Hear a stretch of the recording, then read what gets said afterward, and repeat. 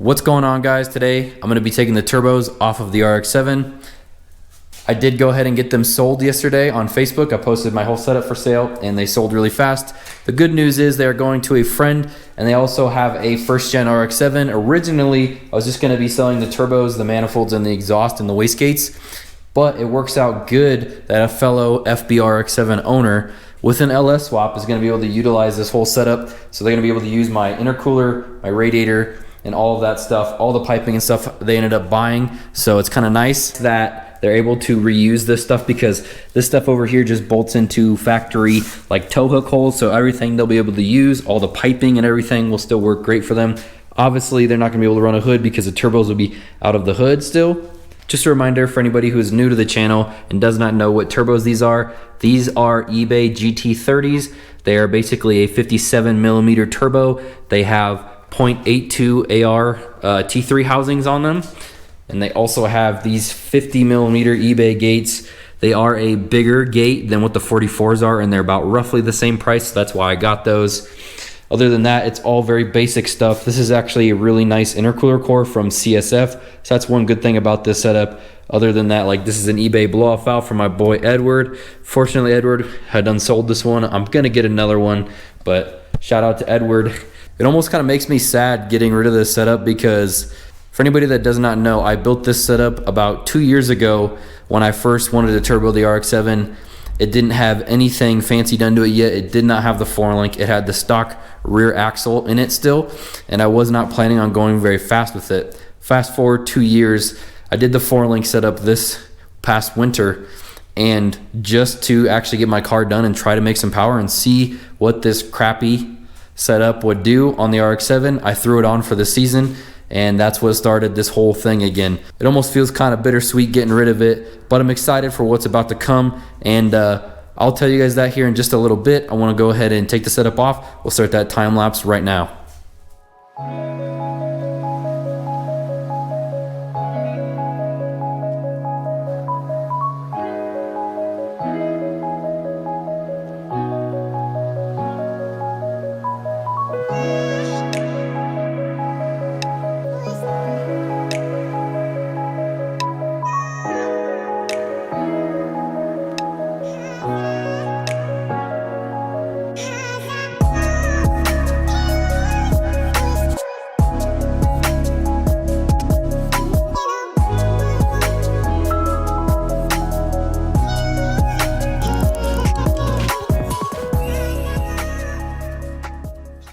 Now that we've got the entire turbo setup off, got the turbos over here, I am going to go ahead and clean up some of the stuff, and then I'll box it up and get it ready to ship out to the person who bought it. Now that the old kit's out of the way, I'm going to go ahead and start tearing off some of the stuff up front here. First things first, I'm going to be taking the old headlights out. That includes the headlight motors back here. Now I'm sure you're wondering, what are you taking your headlights off for? Like I said in my last video, this thing is going to get very race car.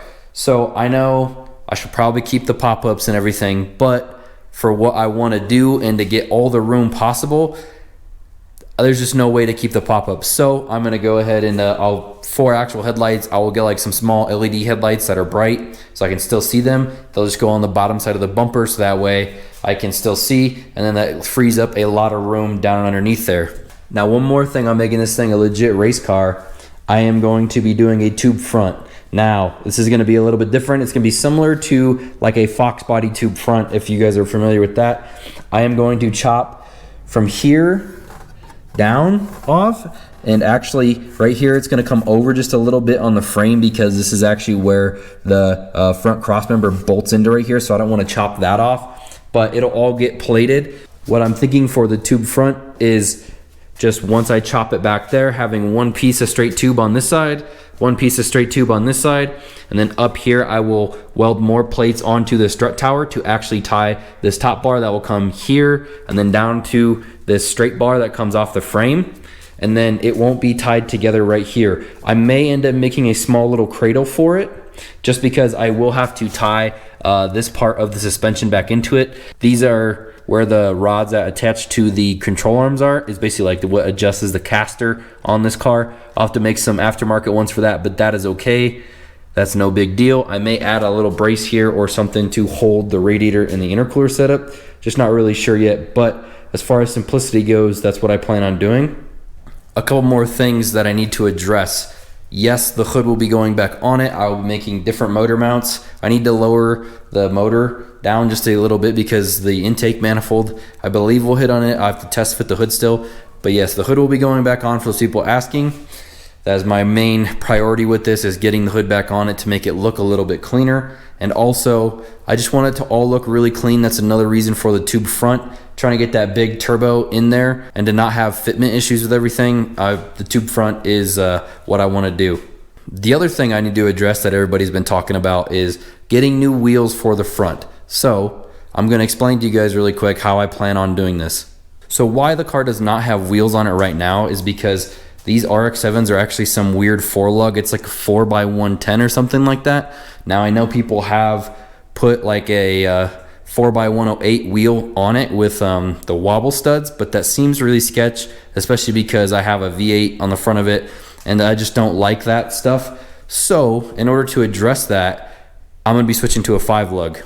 Now I still don't know if this is going to work or not, but these knuckles right here are from an SN95. I believe this is like a 95. These actually came off a 95 Mustang. So these are the front knuckles. They have a similar style ball joint that the stock RX-7 knuckles have, and the shock style is kind of similar to what the RX-7 has also. These are 5-lug, as you can see. They don't have the calipers on them. I'll address that later. I'm not worried about it. I did order some stock Mustang shocks for the front to see if I can get the caster camber plates to work. So I might be able to get the stock RX-7 caster camber plates to work.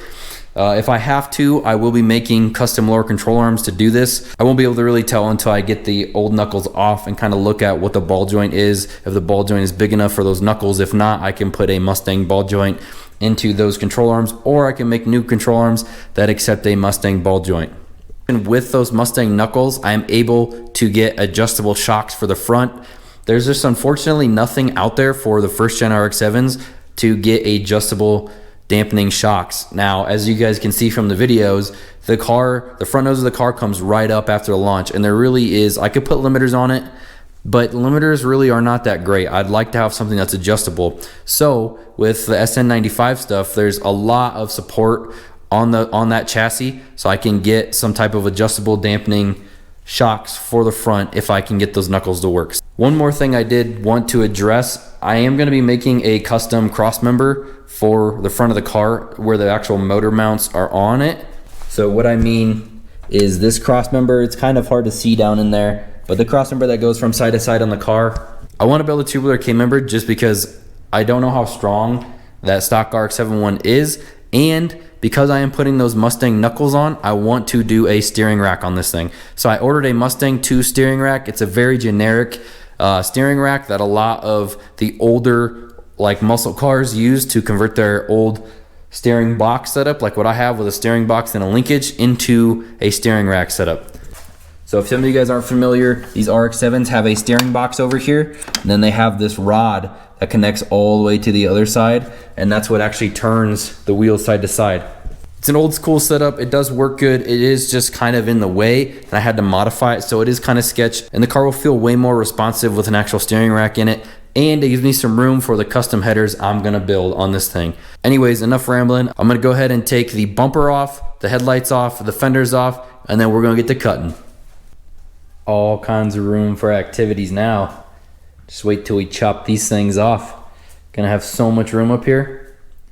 As you can see, I got the fenders, the headlights, and the front bumper off. I already took some measurements and made some marks to measure from, just so that I know kind of where this needs, these two tabs on the end need to line back up for where the bumper goes. Obviously, it's gonna take some finesse to get all of the body lines and everything to mate back up once I chop this off, but it will be well worth it with all the extra space, trying to fit that big old turbo up here in the front, and the big air to water I plan on running, and the custom radiator that I'm gonna have to make too.